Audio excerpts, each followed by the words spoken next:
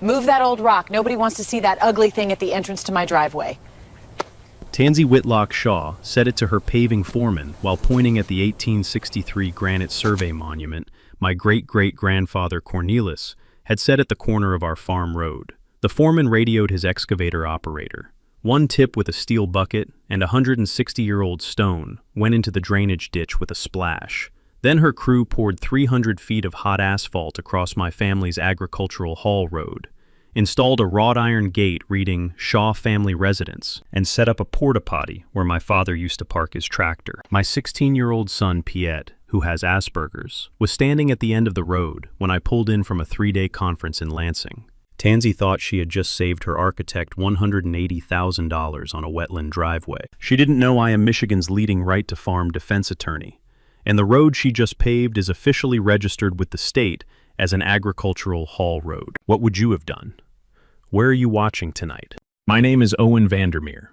I'm 52 years old. I farm 480 acres of cherries and apples in Oceana County, on the western side of Michigan, and in my day job, I practice agricultural law at a small firm in Hart.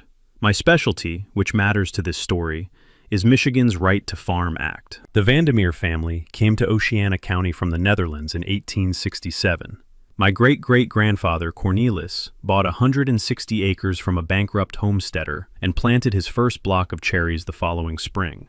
The farm doubled twice. My great-grandfather added the lower orchard in 1904, and my grandfather added the east block in 1952, and came to me when my father Dirk passed 8 months ago in the barn of a heart attack on a cold December afternoon. I found him. I think about it every day.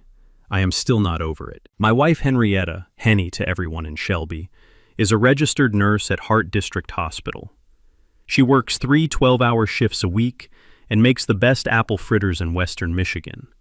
We have been married 27 years. We have 2 children. Our daughter Elsa is 21, a junior at Michigan State University, studying horticulture with a specific plan to take over the cherry operation when I am gone. Our son Piet is 16, a high school sophomore, and has Asperger's. He is a quieter version of me, with a brighter version of my father's smile. He grafted 40 Honeycrisp apple trees by hand for a 4-H project 2 years ago, and can tell you the budwood source of each one from memory. The farm road that matters to this story runs due east from our county road access, 100 yards through a row of old Norway maples my grandfather planted in 1953, past the granite survey monument my great-great-grandfather Cornelius had quarried out of Grindstone Island and hauled here by oxen in 1863, and into the heart of the orchard. It is gravel. It has been gravel since Woodrow Wilson was in the White House. In 2009, with my father's permission, I formally registered it as an agricultural haul road under Michigan's Right to Farm Generally Accepted Agricultural and Management Practices Documentation System, file number RTF-MI-2009-01847. The registration matters later. Next to our farm, on the north side of the county road, sits a subdivision called Orchard Ridge Estates. It was built in 2018 on 140 acres of land that used to belong to the Feltenberg family. Abel Feltenberg went bankrupt in 2017 after his blueberry operation failed and sold to a Grand Rapids developer. 62 executive homes now sit where his plants used to be. Some of the homes are nice. Some of the families are nice. I have never had a serious problem with any of them. They jog on my farm roads sometimes. My father always waved. Then, 14 months ago, Tansy Whitlock Shaw moved in with her second husband, Byron. She was 48, had just left a previous marriage in Grand Rapids, and bought one of the largest lots in Orchard Ridge, 4 acres, backing directly onto the western edge of my land. She built a $400,000 custom home over the next 10 months. Her lot's one access problem. It fronted only on the subdivision's interior road, which meant any driveway connection to the county road required crossing 150 feet of protected wetland. Her architect quoted her $180,000 for a compliant wetland crossing driveway. She declined to pay it. She looked at a map. Then she looked at my farm road. I was in Lansing for 3 days at a Right to Farm conference, a panel I sat on with 2 other defense attorneys, a judge from the Court of Appeals, and a Michigan State University extension professor. I got back Thursday evening at 6:30. Piet was at the end of the farm road in his work coat, pacing in a small circle, with the measured, anxious pacing he does when something he cannot process has broken his routine. "Dad." "Piet, what is it, son?" "Dad, come look." I walked. My eyes took a long time to understand what they were seeing. 300 feet of fresh black asphalt, still glistening under the porch light I had not yet reached. A 4-foot wrought iron gate swinging wide open at the entrance, with Shaw family residence in ironwork script across the top. A blue porta-potty planted exactly where my father used to back his tractor to load half-bushel boxes of peaches for the farmer's market. And at the corner where the old Norway maples begin, the granite survey monument, 400 pounds, hauled here by oxen 162 years ago, was on its side in the drainage ditch, with mud on its face. I set my briefcase down on the gravel. "Piet, how long have you been out here, son?" "2 hours. Is your mom home?" "Yes, she's crying in the kitchen." "Okay, you and I are going to put the stone back up together." The monument weighed roughly 400 pounds. It took us 42 minutes. Piet counted, because Piet counts. We used the come-along, 3 pine 2x4s, a tire iron, and the old tow chain my grandfather had bought from a co-op in 1971. When we got the stone back upright, roughly level, on the original concrete pad my great-great-grandfather had poured in 1863, Piet stood back, looked at it, and said, "Dad, it looks right." "It does, son." At that exact moment, a cream Range Rover pulled into the top of the farm road. Tansy Whitlock Shaw stepped out in a pink fleece and a Lululemon headband. She walked over with a small, apologetic hand wave, as if we'd just had a comedic misunderstanding about a parking spot. "Owen, you're back." "Oh, you moved the rock. We were actually trying to preserve it by storing it in the ditch until we could reposition it properly. Anyway, we should sit down sometime soon and discuss the driveway arrangements. Don't be difficult about this." I looked at her for a long moment. Piet, I noticed, was watching his shoes. "Mrs. Whitlock Shaw, please leave this property." "Owen, we are neighbors, and—" "Please, leave." She left. That night, after Piet was in bed, I sat at my father's kitchen table with a yellow legal pad, and Henny across from me with a cup of chamomile tea. "Honey, are you going to fight this?" I looked at my wife across the same oak table, where my great-grandmother had shelled peas in 1928. "Henny, I am going to close it out, quietly. Entirely." She nodded once. She got up. She refilled my coffee. She put the pot back on the stove and she said, without turning around, "Good, your father would agree." I drafted the cease and desist letter that night. 3 pages, Vandermeer Agricultural Law letterhead, signed in my own hand, certified mail next morning. Paragraph 1. I am the fee simple owner of the land on which you have constructed a trespassing asphalt encroachment. Paragraph 2. The road in question is a registered agricultural haul road under Michigan Right to Farm Act, GAAP documentation. Paragraph 3. Remove the asphalt, the gate, the porta-potty, and any materials within 48 hours, and we will discuss damages privately. Fail to do so, and you will be dealing with my firm, my colleagues at the Michigan Farm Bureau, and every regulatory body in the state that has jurisdiction over agricultural protection. Tansy's response, 9 days later, came on letterhead from a Grand Rapids firm I had never heard of. It asserted that my farm road was actually a shared common access driveway under Michigan's Land Division Act, specifically citing MCL 560.254A, which she had misquoted by inserting a phrase that does not exist in the statute. It further alleged that she held an implied easement by decades of HOA resident use. Finally, it threatened a criminal harassment charge against me for obstructing access to her female residence. I read the letter twice. I walked it out to the barn. I placed it in the bottom drawer of my father's old oak tool cabinet, where he had always put the things that needed to wait until morning. Then I began to prepare. Michigan's Right to Farm Act, passed in 1981 and strengthened 4 times since, does something extraordinary for farmers that most people never learn about until they need it. It preempts private nuisance lawsuits against compliant farm operations. It bars local zoning ordinances that would restrict standard agricultural practices.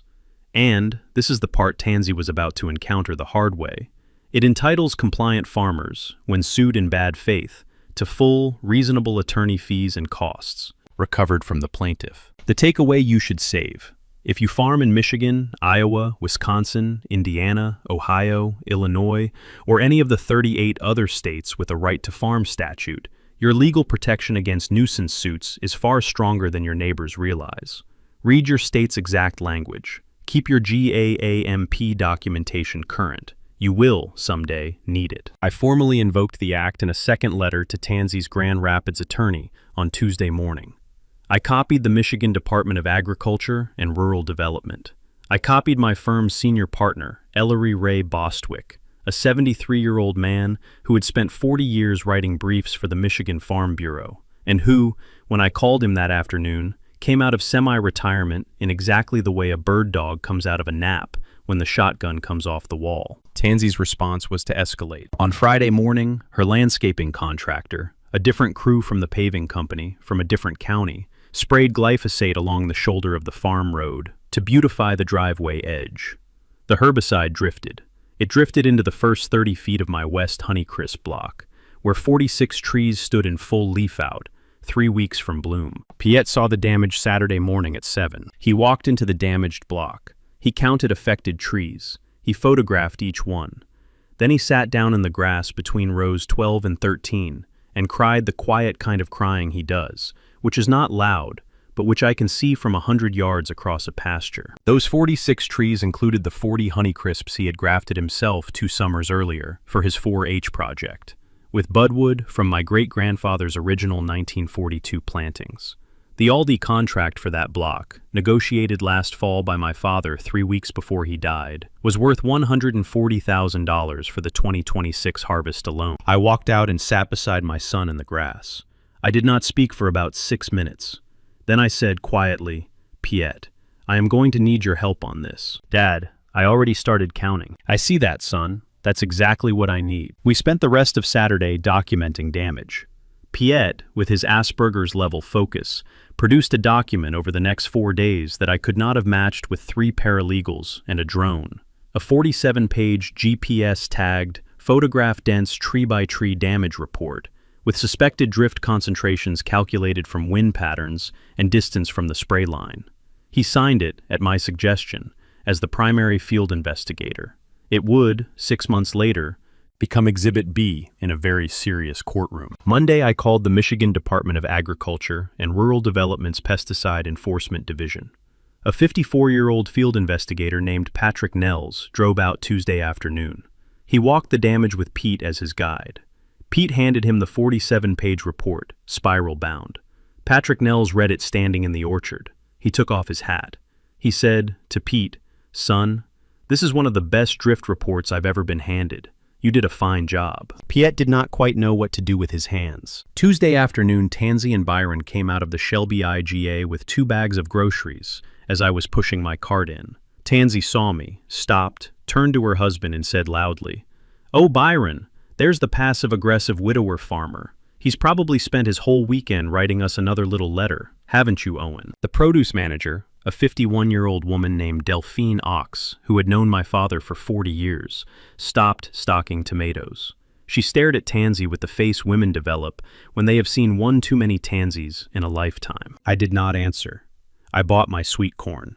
I held the door for Delphine Oaks on the way out. In my truck, I wrote down the date, the time, the witnesses, and the exact phrasing she had used about me. I was starting to fill up my small notebook. By the following Monday, I had learned that Byron Whitlock Shaw, Tansy's husband, had played exactly 1 round of golf 3 weeks earlier at the Muskegon Country Club with a 64-year-old man named Arthur Penrose, who happened to be the chairman of the Oceana County Road Commission.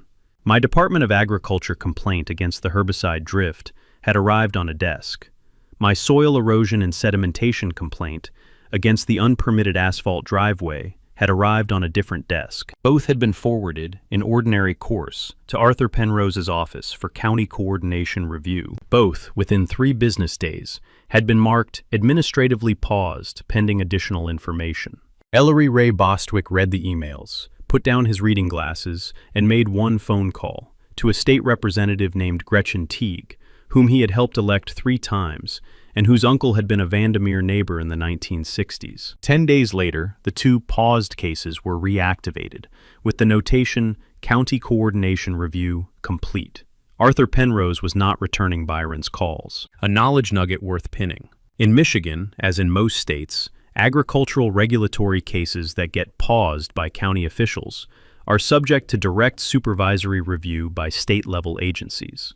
If your county is quietly helping your bad neighbor, file a parallel request for direct state action. The state does not like being slow-rolled by the county. It will remember. Tansy, meanwhile, filed a civil nuisance suit against me in the Oceana County Circuit Court. The complaint alleged that my orchard's fermenting fruit odors, agricultural equipment noise, and pesticide chemical exposure constituted a private nuisance under Michigan common law and diminished the quality of life at her half-built residence. She requested injunctive relief, a permanent restriction on my farming practices, plus $100,000 in quality of life damages. I read the complaint in Ellery Ray's office. I set my coffee cup down very slowly. I looked across his oak desk at my 73-year-old mentor, who was smiling the small, dry smile of a man who had waited 45 years to see a specific kind of legal pleading walk into his courthouse. Ellery Ray. Owen. She has just filed a civil nuisance suit against the compliant Michigan farm operation. She has, which, under Right to Farm Section 3, is preempted. It is, which entitles me to recover full, reasonable attorney fees and costs from her under Section 3.6. It does, which, given your billable rate and mine, and the fact that we are jointly handling this, will run approximately $250,000 by the time we're done. Yes. Ellery Ray. Yes, Owen. She has just handed me $250,000. Ellery Ray closed his eyes for a moment, the way old Lutherans close their eyes at the beginning of a grace, before a very large meal. Son, let's be thorough. 2 nights later, my mailbox was destroyed with a baseball bat at 1:12 in the morning. The motion camera caught a navy blue Ford F-150, license plate visible, driver visible. The driver was Byron's nephew, a 24-year-old named Tyson Whitlock, who had 2 previous citations in Kent County for property mischief. I filed a vandalism report with the Oceana County Sheriff at 6 in the morning.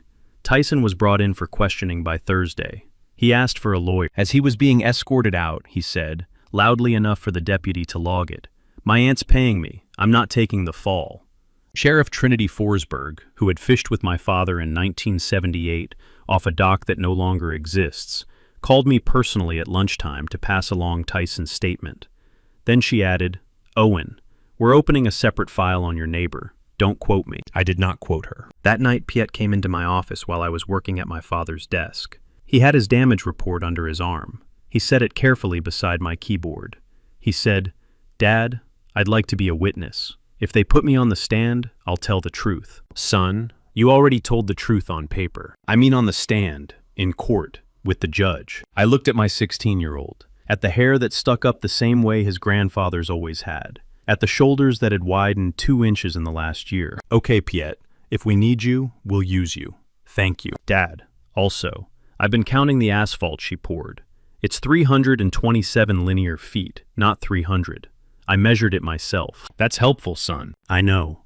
After Piet went to bed, I opened my father's filing cabinet in the corner of the farm office, the one labeled in black Sharpie, Road, and I began laying the pieces on the desk. 4 documents, side by side, told me what I already knew but had never, until this month, needed to know. First, the 1867 original deed from Cornelis Vandermeer, conveying 160 acres of Oceana County farmland, together with all haul roads, cart paths, and agricultural improvements therein described.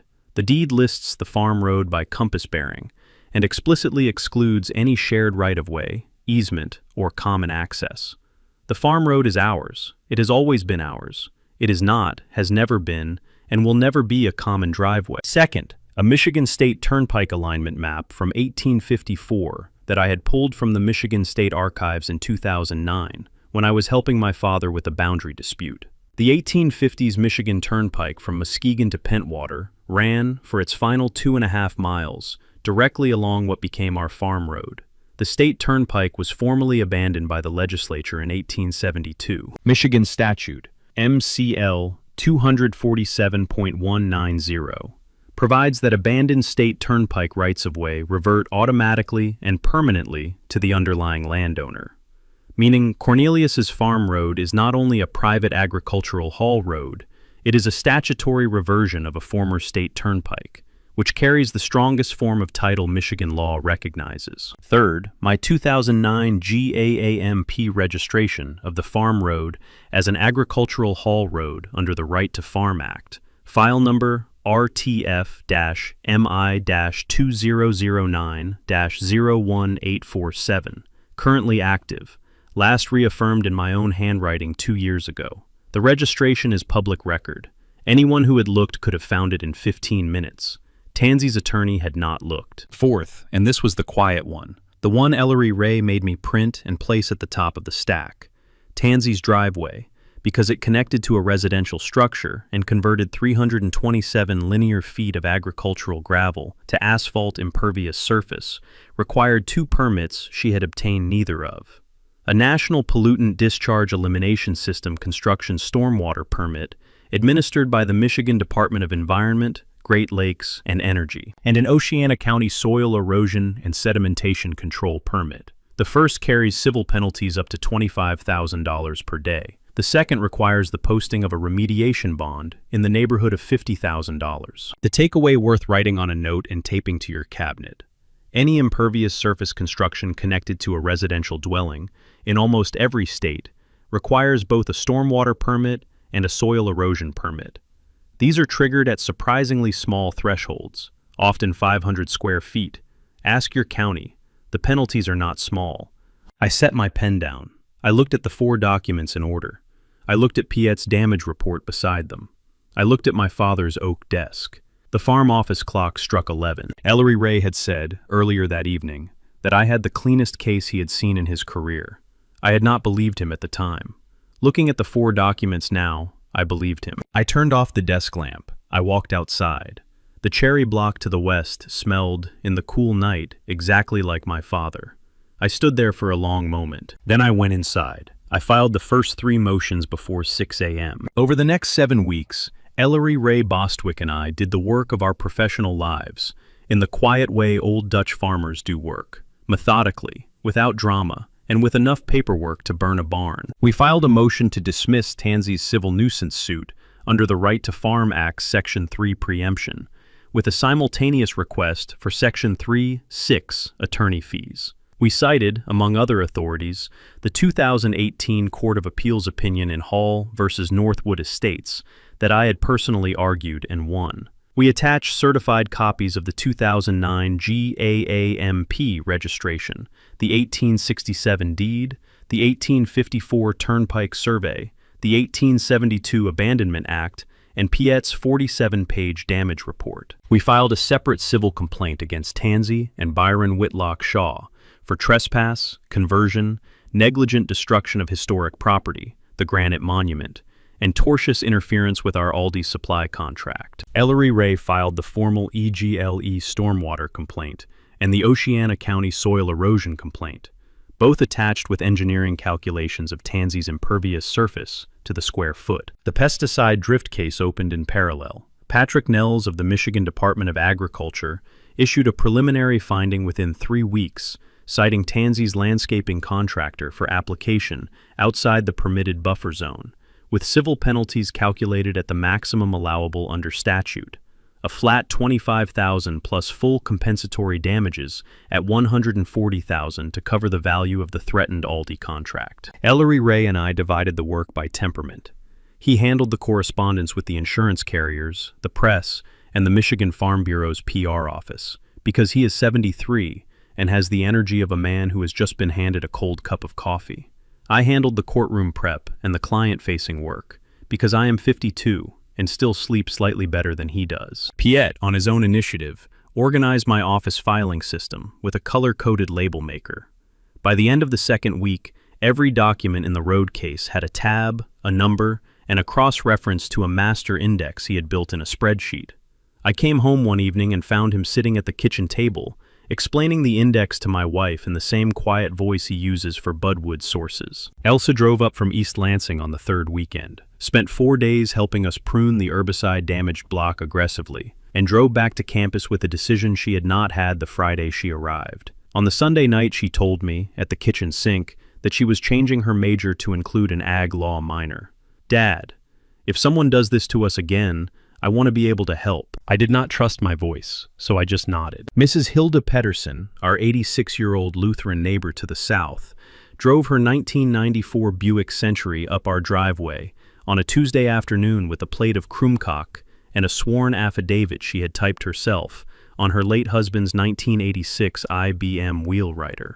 The affidavit covered 40 years of personal observation of the Vandermeer Farm Road as private agricultural property, including her memory of my father, Dirk, and his one-armed cousin, Arvid, plowing it together with a 1962 John Deere in the winter of 1978. She had signed the affidavit before a notary at her bank. She handed it to me with the plate of krumkak in the same gesture. Owen, your father would be using language right now that I would not be using, but I wanted you to know what I saw. Mrs. Pedersen, thank you. Don't thank me. Eat the krumkak. And win. The Michigan State Historic Preservation Office sent an architectural historian named Dr. Magnus Thorson to document the 1863 granite monument. He wrote a 10-page report concluding that the stone, which was quarried from Grindstone Island sandstone, was one of only 11 known surviving 1860s Oceana County farm monuments, and recommended formal inclusion on the Michigan Historic Landscape Inventory.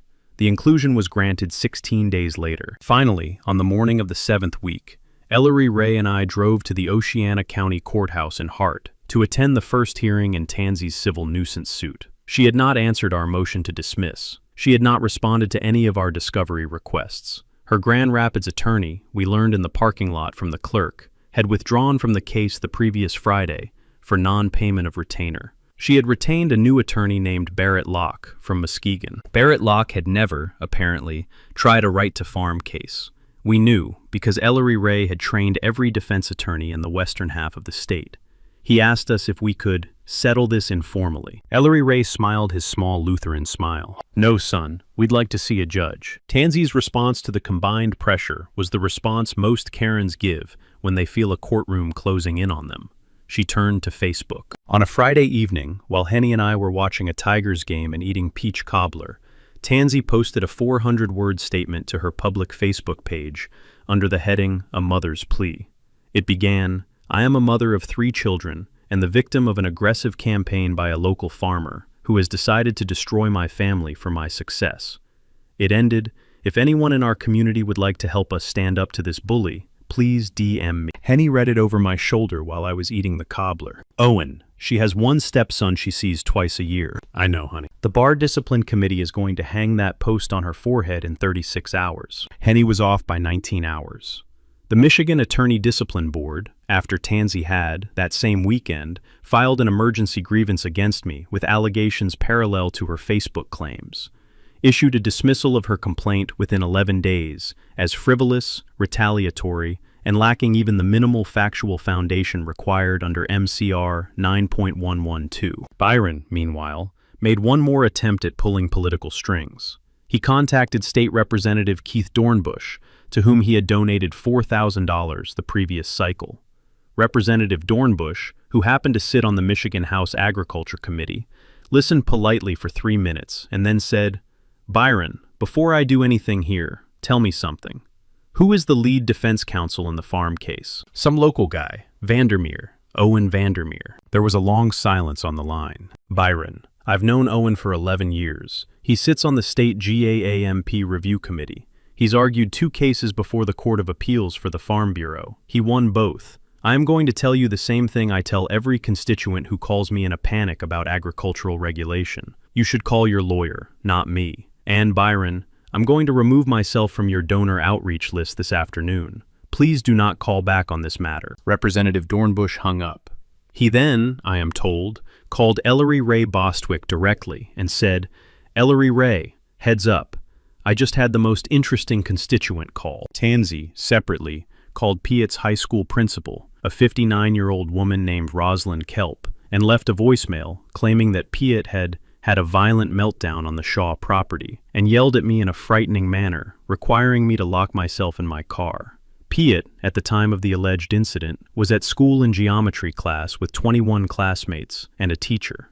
Principal Kelp, who had been Pete's IEP administrator for 3 years and who had never heard him raise his voice, reviewed his attendance records, time-stamped the voicemail, and called me. Mr. Vandermeer, I thought you should know. I am also going to forward this voicemail to the sheriff's office, with your permission. Mrs. Kelp, yes, please do. A takeaway worth writing down and keeping with your important documents. Almost every state makes it a crime, misdemeanor in most, felony in a few, to knowingly make a false accusation of a disability-related incident against a minor child, to school administrators or police. The reporting statute varies. The criminal exposure is real. Document the call, preserve the voicemail, file the report. Sheriff Trinity Forsberg opened a third file on Tansy Whitlock Shaw that Friday afternoon. Piet, when I explained the situation to him that evening over dinner, nodded slowly, thought about it for 45 seconds and said, "Dad, she's behaving the way a pattern does when a pattern is about to break." I said, "Say that again, son." A pattern breaks after it repeats a specific number of times. You can see it happening. I looked at Henny. Henny looked at me. "Piet," I said, "that is the most accurate sentence anyone has said at this table in 6 months." He ate his peas. 2 weeks before the court hearing, Tansy called a press conference at her half-built house. She had arranged it through a Muskegon public relations firm she had retained at a rate Ellery Ray later estimated of $2,000 for the event. Invitations had gone out to 11 media outlets. 7 reporters showed up. So did a large golden retriever puppy named Baxter, whom she carried into the press conference like a purse. I was not there. I was, at the time of the press conference, sitting on a tractor 500 yards east of her house, mowing the alfalfa strip between my cherry and apple blocks, wearing ear protection and an Oceana Cherry Days cap my father had gotten me in 2006. I was, however, entirely within my rights to record anything said at a press conference held on land the Whitlock Shaws owned, from my own property, using a commercial zoom lens from a Cabela's tripod, which is what Piet, who was homesick with a minor cold, did through the west barn window with my own camera. The press conference lasted 8 minutes and 43 seconds. Tansy called me, in order of frequency, a bully, the worst kind of heartless businessman, passive-aggressive, and a man who cannot process grief in healthy ways. Baxter the puppy bit the microphone during minute 4 and had to be swapped out for another prop, a silver-framed photograph of her 3 children, none of whom actually live with her full-time. Piet, without prompting, clipped a quiet 4-minute highlight reel of the most actionable statements that evening on my editing laptop. He burned it to 3 USB drives. He labeled each one in careful block lettering. He handed them to me at the breakfast table and said, "Dad, in case you need these." Piet, thank you. I have also time-stamped the edits and noted the original file locations. I see that, son. 3 days later, Tansy drove her cream Range Rover to the Shelby Hardware parking lot, where my Ford F250 was parked outside while I was buying galvanized roofing screws. She got out. She walked up to my driver's side door. She keyed my truck from the door handle across to the rear fender in a single slow motion. She got back in her Range Rover. She drove away. My truck was parked directly underneath the hardware store's outdoor security camera. Sheriff Trinity Forsberg, when I presented her the footage 23 minutes later, stared at the screen for approximately 9 seconds, looked at her deputy, and said, "Well, that certainly saves us a lot of paperwork." Byron Whitlock Shaw was served that Friday afternoon with 2 different legal filings. One was a civil complaint for conversion, trespass, and tortious interference.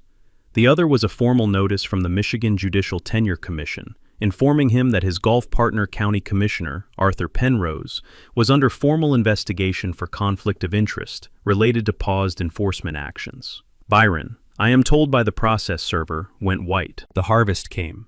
I did what farmers do. I brought in my crew. I worked 14-hour days. Pete worked the culling line on weekends. Elsa drove up from East Lansing twice more. Henny handled the insurance paperwork in the evenings. The herbicide-damaged trees were triaged. 22 were saved with aggressive pruning. 18 would have to be pulled in the spring. 6 we lost outright. Piet's own grafted Honeycrisps, the ones he had watched me call his life's work in his 4-H application 3 years earlier, survived. All 40. He pruned each one personally, over 2 slow autumn Sundays, while the radio in the tool shed played a baseball game with the volume down. On the Sunday before the court hearing, I stood in the cherry block at dusk, with a cup of coffee, and watched the sun set over my grandfather's Norway maples. The air smelled of wet leaves and faint apple cider. A hawk turned slowly over the upper orchard. I did not cry, because I had cried already, months earlier, in the barn the morning I had found my father.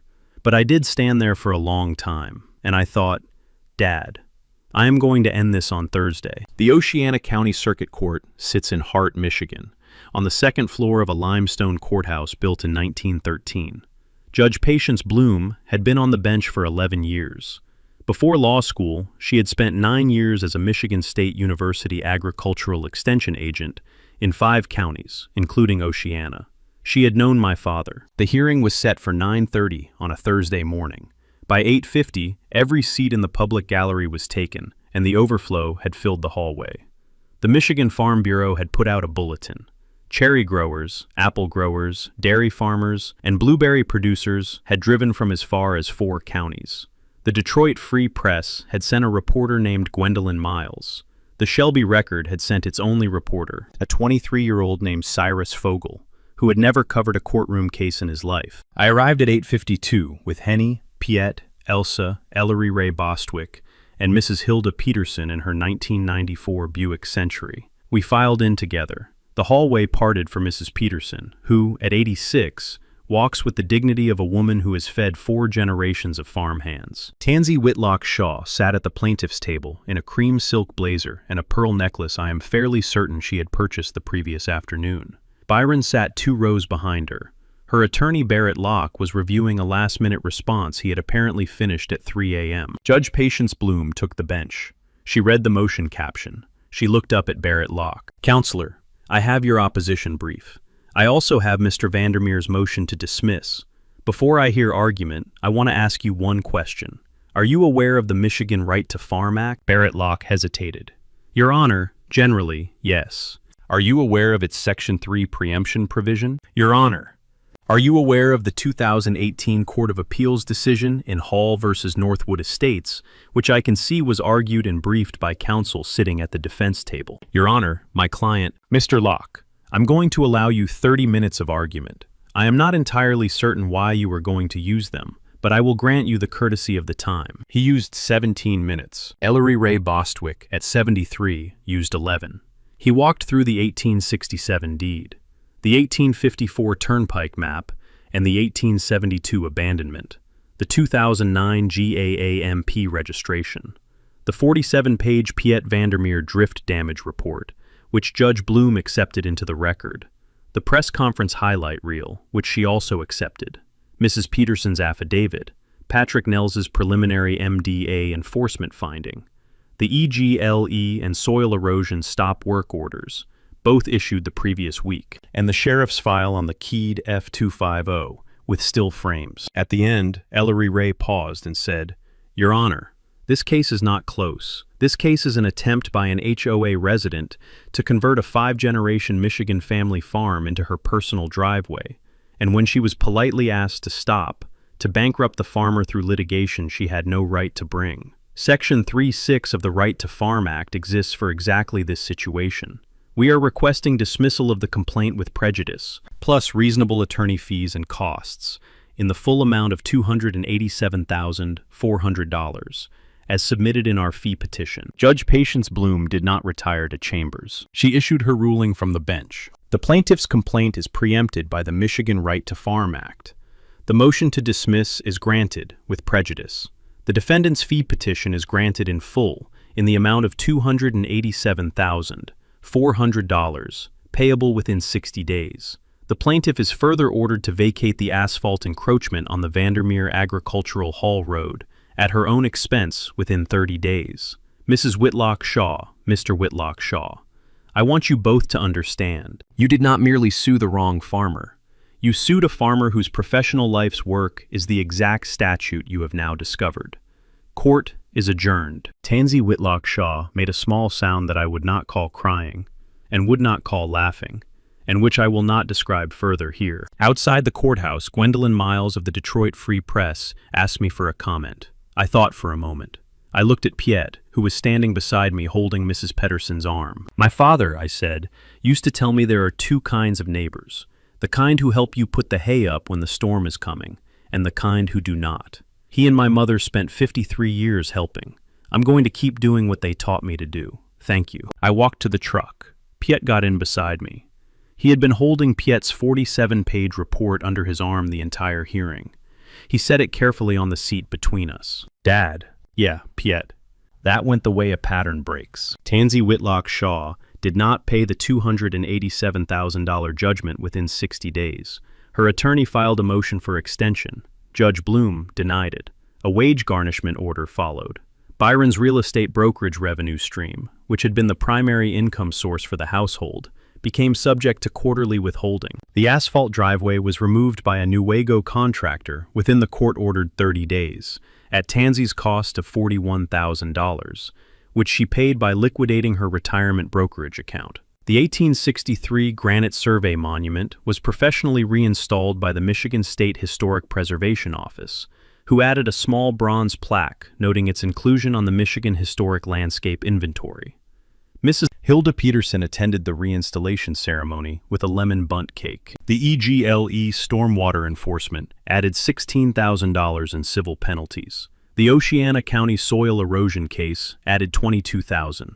The MDA pesticide drift case settled for $165,000 because Tansy's landscaping contractor's insurance carrier wanted to close the matter. I collected the insurance payment on behalf of the farm. The Whitlock Shaws put their half-built Orchard Ridge home on the market 91 days later. They moved to a rental apartment in Grand Rapids. Tansy deleted her Facebook. Byron's golf partner, county commissioner, resigned the same quarter. The Muskegon Country Club has not seen either of them since. I did not keep the $287,000 for myself. Ellery Ray took his rightful share of the fees, because he had earned them.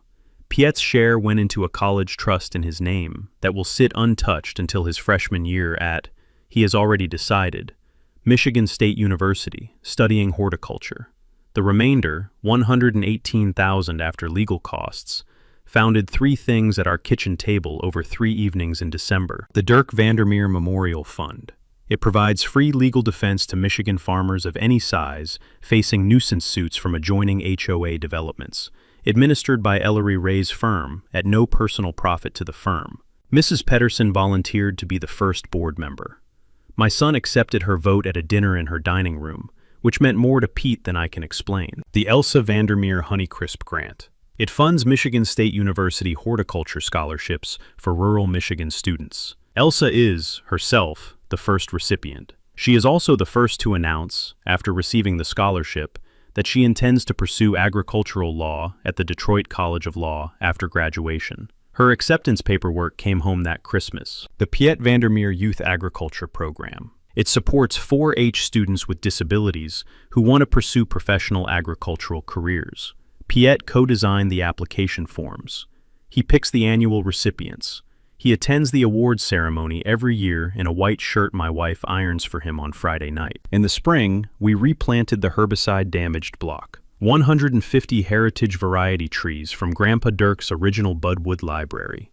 Honeycrisps, Spartans, Northern Spies, a dozen grafts of a variety my great-grandfather called Old Schmidt that no commercial nursery carries anymore. Pete grafted each one by hand. Elsa drove up from MSU 2 weekends to plan alongside us. Henny brought out thermos flasks of coffee and egg salad sandwiches. Mrs. Peterson brought Kroomcock. The new HOA president at Orchard Ridge, a retired school counselor named Louisa Westerkamp, walked up my driveway in June with a plate of oatmeal cookies and an apology letter signed by all 62 households. We negotiated, at my kitchen table, a modest, properly recorded public walking easement for HOA residents along the south margin of the farm road. Foot traffic only. No dogs off leash, no driving. Mrs. Peterson now walks it every Sunday afternoon. 3 HOA children have learned to graft from Piet on summer mornings. On the first anniversary of my father's passing, in December, I stood in the barn alone for a quiet minute. I said out loud, "Dad, it is finished." Then I went back to the house. Henny was making bread. Piet was reading at the kitchen table. Elsa, home from college, was grinding coffee. The fire was on. If this story has a lesson, it is that the farmer your HOA neighbor decides to cross may not be the farmer they think they are crossing. If you have a grandfather's filing cabinet in a barn, open it this winter.